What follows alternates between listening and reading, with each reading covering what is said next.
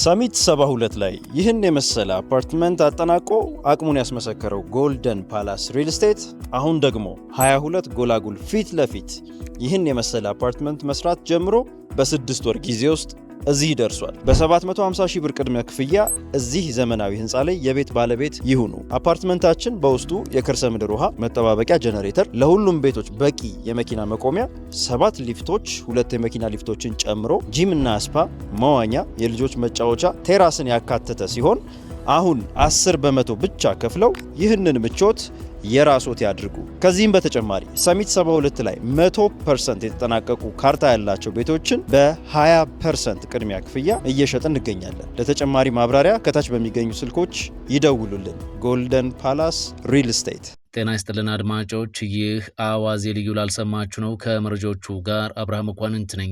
ካምቦዲያና ታይላንድ የተኩስ አቁም ስምምነት ላይ ደርሰዋል ከተባለ ከሰዓት በኋላ ዳግም ወደ ግጭት ገብተዋል። ፕሬዚዳንት ትራምፕ ትላንት ሁለቱም ሀገራት ግጭቱን እንዳቆሙ ገልጸው የነበረ ቢሆንም ሀገራቱ ዳግም ወደ ግጭት ገብተዋል። ዩናይትድ ስቴትስ ዩክሬን ዶንባስን ለቃ እንድትወጣ ትፈልጋለች ተባለ። እንግሊዝ በሱዳን ፈጥኖ ድራሽ ኃይል ከፍተኛ ወታደራዊ አመራሮች ላይ ማዕቀብ መጣሏ ተሰምቷል። በዳሰነች ወረዳ ማርበርግ ቫይረስን ለመቆጣጠር ትምህርት ቤቶች እንዲዘጉና ትራንስፖርት እንዲቆም ተወስኗል። ሁሉንም ጉዳዮች በዝርዝር እናስደምጣችኋለን። አብራችሁን ቆዩም። ካምቦዲያና ታይላንድ የተኩስ አቁም ስምምነት ላይ ደርሰዋል ከተባለ ከሰዓት በኋላ ዳግም ወደ ግጭት ገብተዋል። ፕሬዚዳንት ትራምፕ ካምቦዲያና ታይላንድ ተኩስ አቁም በማድረግ ከስምምነት መድረሳቸውን ትላንት ይፋ ማድረጋቸው ይታወቃል። ታይላንድና ካምቦዲያ ዳግም ባገረሸው አዲስ ግጭት ለ5 ቀናት ያህል በድንበር አካባቢ ተዋግተዋል። ትራምፕ ይህ ግጭት በዩናይትድ ስቴትስ አሸማጋይነት በተኩስ አቁም ስምምነት ተገጥቷል ሲሉ ትላንት በትሩዝ የሶሻል ሚዲያቸው ላይ ለጥፈው ነበር። ፕሬዚዳንት ትራምፕ የሁለቱንም ሀገራት መሪዎች ካነጋገሩ ወዲህ ነው ስምምነት መደረሱን ይፋ ያደረጉት። በስልክ ንግግራቸው ወቅትም ትራምፕ መሪዎቹን ማስጠንቀቃቸው ተሰምቷል። ሀገራቱ ስምምነቱን ጥሰው ወደ ግጭት የሚያመሩ ከሆነ የአሜሪካ መንግስት ታሪፍ እንደሚጥልባቸው በመግለጽ ነው ማስጠንቀቂያቸውን የሰጡትም ተብሏል። ሁለቱም መሪዎች ከፕሬዚዳንት ትራምፕ ጋር ከተነጋገሩ በኋላ ወዲያውኑ ወታደራዊ ጥቃታቸውን በማቆም እንዲሁም በዚሁ ውዝግብ ባለበት የድንበር ስፍራ አስጠግተው የነበረውን ከባባድ መሳሪያዎችን እንዲነሱ አድርገዋል የተባለ ሲሆን 10 ኪሎ ሜትር የሚሆን ነፃ መሬት በመፍጠር ወደ ኋላ ተመልሰዋልም ተብሏል። ፕሬዚዳንት ትራምፕ ለተጨማሪ ንግግር ሁለቱንም መሪዎች ወደ ዋሽንግተን እንዲያቀኑ የጋበዟቸው ሲሆን ሁለቱም ግብዣውን መቀበላቸውም ተነግሯል። በቀጣይ ሳምንት ወደ ዋሽንግተን ያቀናሉ የተባለ ሲሆን አሜሪካ ስለ ረጅም ጊዜ ተኩስ አቁም ስምምነት፣ ስለ ድንበር ውዝግብና በሌሎች የትብብር ጉዳዮች ዙሪያ ለመነጋገር ነው የጋበዘቻቸውም ተብሏል። የታይላንድ መንግስት ቃል አቀባይ በዲፕሎማሲያዊ መንገድ ውጥረቶች እንዲረግቡ መደረጉን እንደምትቀበል ገልጸው ይህንን ላደረገችው አሜሪካም አድናቆት አለን ብለዋል። ካምቦዲያና ታይላንድ በዚህ ሳምንት በድንበር አካባቢ በተቀሰቀሰ ግጭት ውጥረት ውስጥ መግባታቸው ቀጠናውን ስጋት ላይ ከቶትም ሰንብቷል። ታይላንድና ካምቦዲያ በሐምሌ ወር ገብተውበት የነበረውን ግጭት የቋጩት በፕሬዚዳንት ትራምፕ አደራዳሪነት በጥቅምት በማሌዥያ በተደረሰ ስምምነት እንደነበርም ይታወሳል። የማሌዥያን ስምምነት በማክበር ወደ ተኩስ አቁሙ የመጡት ታይላንድና ካምቦዲያ ከሰሞኑ ለተቀሰቀሰው ግጭት አንዳቸውን ተጠያቂ ሲያደርጉ ሰንብተዋል። የማሌዥያው አሳሪ ስምምነት ተፈጻሚ እንዲሆን ሁለቱም ሀገራት ቁርጠኛ መሆናቸውን ትራምፕ ቢናገሩም ወደፊት ውጤታማ ይሆናሉ የሚለው አጠያቂ ሆኗል። በዚህ መሃል ነው ታይላንድ ፕሬዚዳንት ትራምፕ የተኩስ አቁም ስምምነት ተደርሷል ቢሉም ካምቦዲያ ጥቃቷን አላቆመችም ማለቷ የተሰማው። እናም ምላሽ መስጠታችንን እንቀጥላለን ሲሉ የታይላንድ ጠቅላይ ሚኒስትር በፌስቡክ ገጻቸው ላይ ዛሬ ማለዳ ይፋ አድርገዋል። ይህ የታይላንድ ወቀሳ የተሰማው ካምቦዲያ ታይላንድ በግዛቴ ላይ የቦምብ ጥቃት ፈጽማለች በማለት ከከሰሰች በኋላ ነው። የታይላንድ ጦር ስምምነቱ ተደርሷል ከተባለ በኋላ 2 F-16 ጀቶችን ተጠቅመው 7 ቦምቦችን ጥለዋል ሲል የካምቦዲያ መከላከያ ሚኒስቴር ገልጿል። ዛሬ 6ኛ ቀኑን በያዘው ግጭት እስካሁን ከ20 በላይ ሰዎች በሁለቱም ወገን ተገድለዋል የተባለ ሲሆን 200 ሰዎች ደግሞ ቆስለዋል። ከዚህ ባለፈ ደግሞ እስከ 600 ሺህ የሚደርሱ ሰዎች እንዲፈናቀሉም አስገድዷል። የሁለቱም ተጎራባች ሀገራት የጸብ ዋነኛ ምክንያት 100 ዓመታትን እንዳስቆጠረ የሚነገርለት ቤተ መቅደስ እንደሆነም ይታመናል። እንግሊዝ በሱዳን ፈጥኖ ድራሽ ኃይል ከፍተኛ ወታደራዊ አመራሮች ላይ ማዕቀብ ጥላለች። የእንግሊዝ መንግስት ዛሬ ባወጣው መግለጫ በፈጥኖ ድራሽ ኃይሉ ከፍተኛ አመራሮች ላይ ይህንን ማዕቀብ የጣለው በኤልፋሽር ውስጥ ከተፈጸመው የጅምላ ግድያ፣ ጾታዊ ጥቃትና በሰላማዊ ሰዎች ላይ ሆን ተብሎ በተደረገ ጉዳት በመጠርጠራቸው እንደሆነ አብራርቷል። ይህ ማዕቀብ የተጣለባቸውም የፈጥኖ ድራሽ ኃይሉ ዋና አዛዥ መሐመድ ሐምዳን ዳጋሎ ወንድም የሆኑት አብዱራሂም ሐምዳን ዳጋሎና ሌሎች 3 ከፍተኛ ወታደራዊ አመራሮች መሆናቸውን ገልጿል። በተጨማሪም ለሱዳን አስቸኳይ የሰብአዊ እርዳታ የሚሆን 21 ሚሊዮን ፓውንድ መመደቡን ያስታወቀው ሚኒስቴሩ ይህም በዚህ ዓመት ለሱዳን ያደረገው ድጋፍ 146 ሚሊዮን ፓውንድ እንደሚደርስ አስረድቷል። ሁለቱም ተፋላሚዎች ጦርነቱን አቁመው ለሰላማዊ ሰዎች ጥበቃ እንዲያደርጉ ጨምሮም ማሳሰቢያ ሰጥቷል። ማዕቀቡ የቪዛ ክልከላንና በእንግሊዝ የሚገኝ ገንዘባቸውን እንዳይንቀሳቀስ የሚያደርግ ነው ተብሏል። ዩናይትድ ስቴትስ ዩክሬን ዶንባስን ለቃ እንድትወጣ ትፈልጋለች ተባለ።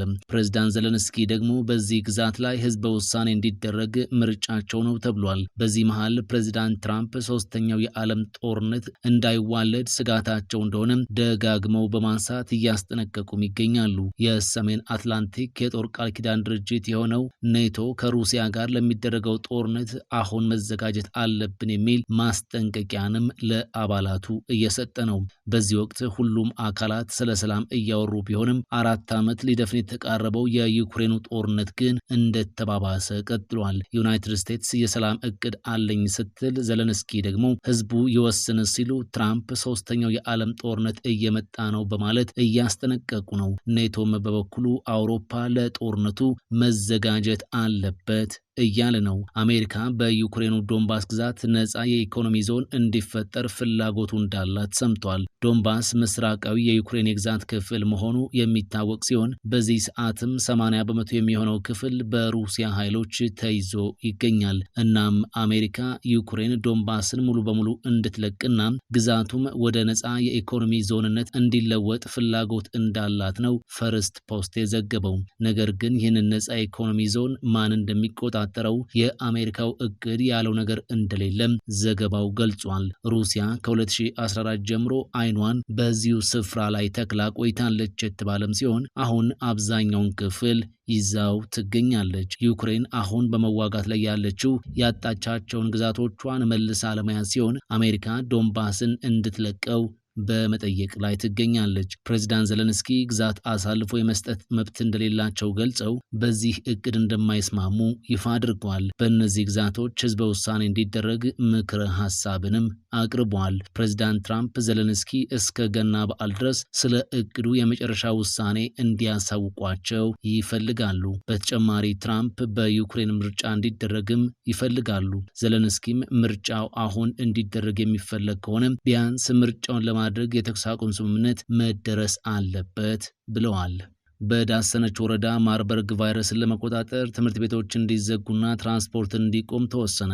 በደቡብ ኢትዮጵያ ክልል የሚገኘው ዳሰነች ወረዳ በማርበርግ ቫይረስ ምክንያት የጣላቸውን እገዳዎች ባነሳ በሰዓታት ልዩነት ውስጥ በድጋሚ የህዝብ ማመላሻ ትራንስፖርት እንቅስቃሴ፣ ትምህርት ቤቶችና ድግሶች እንዲቆሙ ወስኗል። የወረዳ አስተዳደሩ ክልከላዎቹን የጣለው የማርበርግ ቫይረስ ወረርሽኝ ዳግም በሰዎች ላይ እየተገኘ መሆኑን በመጥቀስ ነው። የማርበርግ ቫይረስ ለመጀመሪያ ጊዜ የተገኘበት አሪዞን አጎራባሽ በሆነው ደቡብ ኦሞ ዞን ስር የሚገኘው ዳሰነች ወረዳ ክልከላውን ይፋ ያደረገው ትላንት አርብ ታህሳስ 3 ምሽት ላይ ነው። የወረዳ አስተዳደሩ የበሽታውን ስርጭት ለመግታት ያለመውን የመጀመሪያውን ክልከላ የጣለው ከ2 ሳምንታት ገደማ በፊት ህዳር 21 እንደነበር ይታወሳል። ይህ ክልከላ 1 ሳምንት ከቆየ በኋላ በከፊል እንዲነሳ ተደርጎ ቆይቷል። በትላንትናው ዕለት ደግሞ እገዳዎቹ ሙሉ በሙሉ እንደተነሱ ተገልጿል። እገዳው የተነሳው የማርበርግ ቫይረስ ስርጭትን ለመከላከልና ለመቆጣጠር እየተሰጠ ያለው የግንዛቤ ማስጨበጫ ስራዎች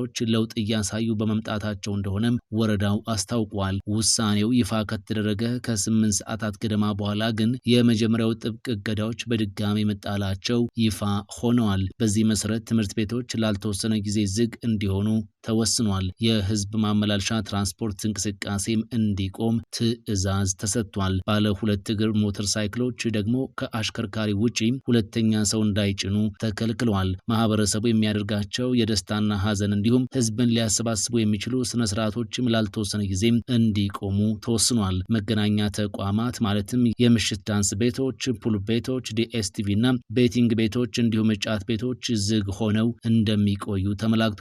ማንኛውም ስፖርታዊ ውድድሮችም እንዳይካሄዱ እገዳ ተጥሎባቸዋል። ሰሚት 72 ላይ ይህን የመሰለ አፓርትመንት አጠናቆ አቅሙን ያስመሰከረው ጎልደን ፓላስ ሪል ስቴት አሁን ደግሞ 22 ጎላጉል ፊት ለፊት ይህን የመሰለ አፓርትመንት መስራት ጀምሮ በ6 ወር ጊዜ ውስጥ እዚህ ደርሷል። በ750 ሺህ ብር ቅድመ ክፍያ እዚህ ዘመናዊ ህንፃ ላይ የቤት ባለቤት ይሁኑ። አፓርትመንታችን በውስጡ የከርሰ ምድር ውሃ መጠባበቂያ ጀነሬተር፣ ለሁሉም ቤቶች በቂ የመኪና መቆሚያ፣ 7 ሊፍቶች፣ 2 የመኪና ሊፍቶችን ጨምሮ ጂም እና ስፓ፣ መዋኛ፣ የልጆች መጫወቻ፣ ቴራስን ያካተተ ሲሆን አሁን 10% ብቻ ከፍለው ይህንን ምቾት የራስዎት ያድርጉ። ከዚህም በተጨማሪ ሰሚት 72 ላይ 100% የተጠናቀቁ ካርታ ያላቸው ቤቶችን በ20% ቅድሚያ ክፍያ እየሸጥን እንገኛለን። ለተጨማሪ ማብራሪያ ከታች በሚገኙ ስልኮች ይደውሉልን። ጎልደን ፓላስ ሪል ስቴት። ፈጣን ያልተሰሙ መረጃዎችንና ትኩስ የኪነ ጥበብ ዜናዎችን ለማግኘት የቁም ነገር ሚዲያ የዩቲዩብ ቻናልን በመቀላቀል ቤተሰብ የሆኑ ቻናላችንን ሰብስክራይብ ያድርጉ። በቲክቶክም አለን። ቁም ነገር ሚዲያ ኦፊሻል ብለው ይከተሉን። እናመሰግናለን። ቁም ነገር ሚዲያ፣ ለቁም ነገር እንሰራለን።